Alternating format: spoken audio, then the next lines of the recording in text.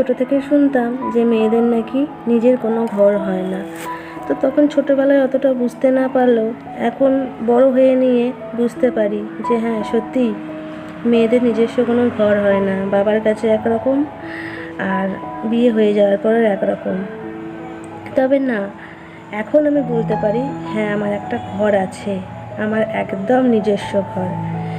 কিছুদিন আগে হয়তো এই কথাটা বলতে পারতাম না, যখন বিয়ে হয়ে আর কি শ্বশুরবাড়িতে আসি, সেটাই তাদের নিজেদের মেয়েদের আর কি শ্বশুরবাড়ি হোক নিজের বাড়িই বলি আমরা। কিন্তু না, আমি কিন্তু সেটাকে বলতে পারতাম না কখনোই যে না এটা আমার বাড়ি, বা কাউকে এটা বলতে পারতাম না কোথাও গেলে যে আমার বাড়ি তুমি কিন্তু যাবে। সেটা যদি আমার শ্বশুরবাড়ির লোকজন শুনে নিত তাহলে আর আমাকে আর কি কথা শোনাতে ছাড়তো না, বলতো তোমার বাড়ি কি, আবার এটা তোমার বাড়ি, তোমার কোনো বাড়ি নেই। এই কথাটাও আমাকে শুনতে হয়েছে। কিন্তু এখন এই মুহূর্তে দাঁড়িয়ে নিয়ে আমি বলবো যে না আমার একটা বাড়ি আছে। আমার যে বাড়িতে এখন আমি থাকি, যেটা আমার বরের বাড়ি, আমার বর বলে সেটা তুমি বলবে না যে তোমার স্বামীর বাড়ি বা তোমার শ্বশুর বাড়ি, তুমি বলবে এটা তোমার নিজের বাড়ি। আমার বর সব সময় বলে। তাই এই কথাটা এখন আমার বলতে কোনো দ্বিধা নেই যে আমার একটা বাড়ি আছে বা আমার একটা ছোট্ট কুঁড়ে ঘর আছে। তো যাই হোক, এটা ভেবেও খুব ভালো লাগে যে এখন আর আমাকে কেউ বাধা দেবে না এটা বলতে যে আমার কোনো বাড়ি নেই। আমি বলবো হ্যাঁ আমার বাড়ি আছে, একদম আমার নিজের হাতে গড়া, মানে তিল তিল করে গড়া একটা সংসার যেমন আছে তেমন আমার একটা নিজের বাড়িও আছে। তো যাই হোক বন্ধুরা, দেখতেই পেলে আমি রান্না বান্না আর কি বসিয়ে দিয়েছি, তোমাদের সাথে কিছুটা কথা আর কি শেয়ার করেই ফেললাম। আসলে মাঝে মাঝে কিছু কিছু কথাগুলো না মনে পড়ে যায় যেগুলো আমার সাথে ঘটেছে, তো সেই জন্য কখনো কখনো শেয়ার করে ফেলি মনে পড়ে গেলে। তো যাই হোক, বাজার থেকে দেখো নিয়ে এসেছি শসা, নিয়ে এসেছি ডাঁটা, নিয়ে এসেছি 4টে ডাঁটা নিয়ে এসেছি, আর বেশ কিছুটা আর কি মটরশুঁটি নিয়েছি, আর একটা ক্যাপসিকাম নিয়েছি, আর এই যে কুমড়ো নিয়েছি। তো কুমড়ো, তারপরে ক্যাপসিকাম আর হচ্ছে শসা, এগুলো কিন্তু 5 টাকা করে নিয়েছি জানো তো। মানে আমাদের এখানে হচ্ছে কুমড়োর কেজিটাও 20 টাকা কেজি আর শসাও 20 টাকা কেজি।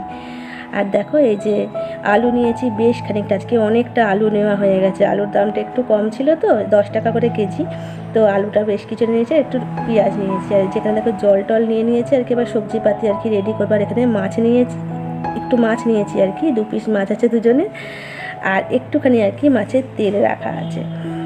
তো এই যে বেশ কিছুক্ষণ পর দেখো আমি রেডি করে নিলাম আর কি যা যা রান্না করব। তো সেগুলোই আর কি এবার রেডি করে নিয়ে রান্না বসিয়ে দিয়েছি। একদিকে চাটনি বসিয়েছি দেখো, ছোট্ট কড়াইটার মধ্যে একটু আর কি টমেটোর চাটনি বসিয়েছি এটা। তো আর দেখো বেশ কিছুটা মটরশুঁটি ছাড়িয়ে নিয়েছি, মটরশুঁটির ঘুগনি করবার। এই যে সাইডে একটু পেঁয়াজ কুচি করে রেখেছি, মটরশুঁটির ঘুগনিতেই দেবো। আর একটু আর কি মশলা করা আছে, আদা রসুন পেঁয়াজ কাঁচা লঙ্কা টমেটো। আর এই আলুটা যে ভাজছি এটা মটরশুঁটি দিয়ে আর কি ঘুগনির মতন করবো বলেই আর কি ভাজছি।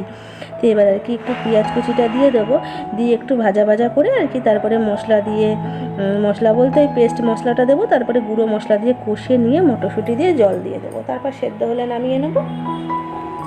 তো এই যে দেখো আমার চাটনিটাও আর কি হয়ে এসছে। তো গ্যাসটা অফ করে দিলাম, আর এই বাটিটায় আর কি ঢেলে নেবো। তো যা আর কি গরম হয়ে গেছে, তো একটুখানি আর কি ঠান্ডা হোক তারপরে আর কি ঢেলে নেবো।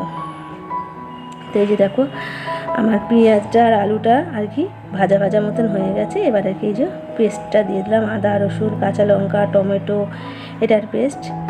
তো চলো ঝটপট করে রান্নাবান্নাগুলো করে নিই, বুঝলে অনেকটা লেট হয়ে গেছে আজকে। তো দেখো আমার রান্নাবান্না করা কমপ্লিট হয়ে গেছে। তো আর এদিকে আর কি আমি ওভেনটাও আর কি মুছে নিচ্ছি, ঠান্ডা হয়ে গেছে। তারপরে জানলাগুলো আর কি বন্ধ করে দেবো। এই যে দেখো আমার সমস্ত একদম পরিষ্কার করা হয়ে গেছে। তো চলো তোমাদের ঝটপট দেখিয়ে দিই আজকে রান্নাগুলো।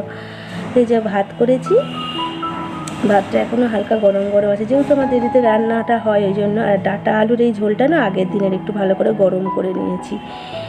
আর করেছি হচ্ছে যে মাছ ভাজা আছে, মাছের তেলটা সাইডে অল্প একটু আছে। আর এই যে একটু আলু ভেজেছি, আর এখানে আলু আর মটরশুঁটির ঘুগনিটা রাখা আছে। আর একটা করেছি হচ্ছে তরকারি, এই যে কুমড়ো আর আলুর তরকারি। আজকে পুঁই শাক পাইনি গো কোথাও, সেই জন্য আলু দিয়ে কুমড়ো দিয়েই তরকারিটা করেছি। খেতে খুব টেস্ট হয়েছিল আমার বর বলেছিল আর কি। পরে যেহেতু বয়সটা দিচ্ছি, আর একটু চাটনি।